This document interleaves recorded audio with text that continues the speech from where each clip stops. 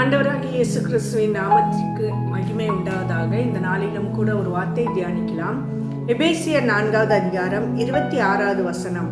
நீங்கள் கோபம் கொண்டாலும் பாவம் செய்யாதிருங்கள், சூரியன் அஸ்தமிக்கிறதற்கு முன்னாக உங்கள் எரிச்சல் தனியே கடுவது.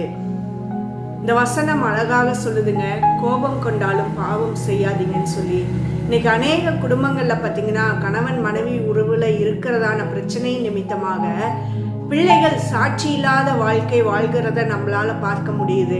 அநேக குடும்பத்துல, கிறிஸ்தவ குடும்பங்களிலேயே கணவன் மனைவி இடத்துல அன்பு இல்லாத தன்மைகள், எரிச்சல், கோபம், பகைகள், வைராக்கியங்கள், ஒருவருக்கொருவர் விட்டு கொடுக்காத தன்மைகள், சாட்சி இல்லாத வாழ்க்கை கிறிஸ்துவ குடும்பங்களிலே இன்னைக்கு காணப்படுகிறது.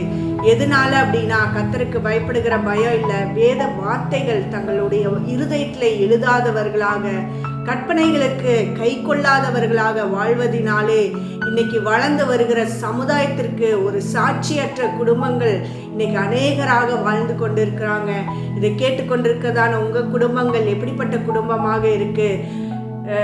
அமெரிக்கா தேசத்துல பிரசித்தி பெற்றதான மூடி திருச்சபையில பணியாற்றியதான ஒரு போதகர், அவருடைய வாலிப பருவத்தில் பார்த்தீங்கன்னா அவருடைய தாய் தகப்பனிடத்தை அதிகமாக கோபம் கொள்வாராம், எரிச்சல் கொள்வாராம். அவங்க பேசுகிற எல்லா வார்த்தையும் அசட்டை பண்ணுகிறவராக வாழ்ந்தாராமா. அப்போ பார்த்தீங்கன்னா அவருடைய தாய் தகப்பன் அவருக்காக அதிகமாக ஜெபிச்சாங்க. ஒரு வேளையாவது அவரோட தான் அமர்ந்து 3 பேராக சாப்பிடுவாங்களாம். அப்படிப்பட்ட அன்பை அவர்கள் காமித்தது நிமித்தமாக பார்த்தீங்கன்னா ஒரு நாள் காலையில தன்னுடைய தகப்பனாரை அவ்வளவாக அவர் கடிஞ்சு கொண்டு கோபத்தோடு போனாராமா. மறுபடியுமாக அவர் சாயந்தரம் வரும்போது அவங்க தாயின் தகப்பனும் அவருக்கு நல்லா சமைத்து கொடுத்து அவரோடு அன்போடு பேசி உட்கார்ந்து சாப்பிடும்போது அவருடைய இருதயம் உடைக்கப்பட்டதா.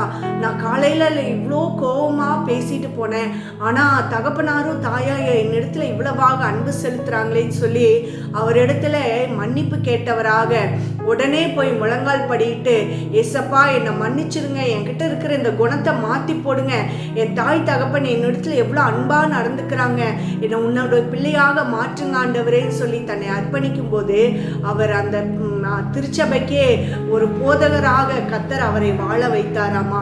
இப்படிப்பட்ட சாட்சியுள்ள சந்ததிகளை நாம் எழுப்பும்படியாக குடும்பங்களிலே நாம் கோபம் கொள்ளாதபடிக்கு நம்மளுடைய எரிச்சல்களை எல்லாம் சூரியன் அஸ்தமிப்பதற்கு முன்பதாகவே தனியும்படியாக குடும்பங்களிலே பிரச்சனைகள், போராட்டங்கள் வரும். அவைகளை எல்லாம் நாம் ஜெபத்திலே மேற்கொண்டவர்களாக ஒருவருக்கொருவர் விட்டு கொடுத்து நம்மளுடைய சந்ததிகள் ஆசீர்வாதமாக வளர நாம் உதவி செய்யணும்னு சொல்லி கர்த்தர் இந்த நாளிலே நம்மோடு பேசுகிறார். இந்த வார்த்தைக்கு நேராக நம்மளை அர்ப்பணித்து ஜெபிக்கலாமா? கிருபையுள்ள தகப்பனே, உம்மை நன்றியோடு துதிக்கிறோம் அப்பா, சோத்தரிக்கிறோம் ராஜா. நீங்கள் கோபம் கொண்டாலும் பாவம் செய்யாதீர்கள் என்ற சொன்ன வார்த்தையின்படியாக இன்றைய நாளையிலே குடும்பங்களிலே அப்பா இந்த கோபத்தின் நிமித்தமாக சந்ததிகள் அப்பா தடுமாறுகிற சூழ்நிலைகளை நாங்கள் பார்க்கிறோமே ராஜா. அப்பா நாங்கள் இப்படிப்பட்ட சந்ததிகளை உருவாக்க கூடாது ஆண்டவரே.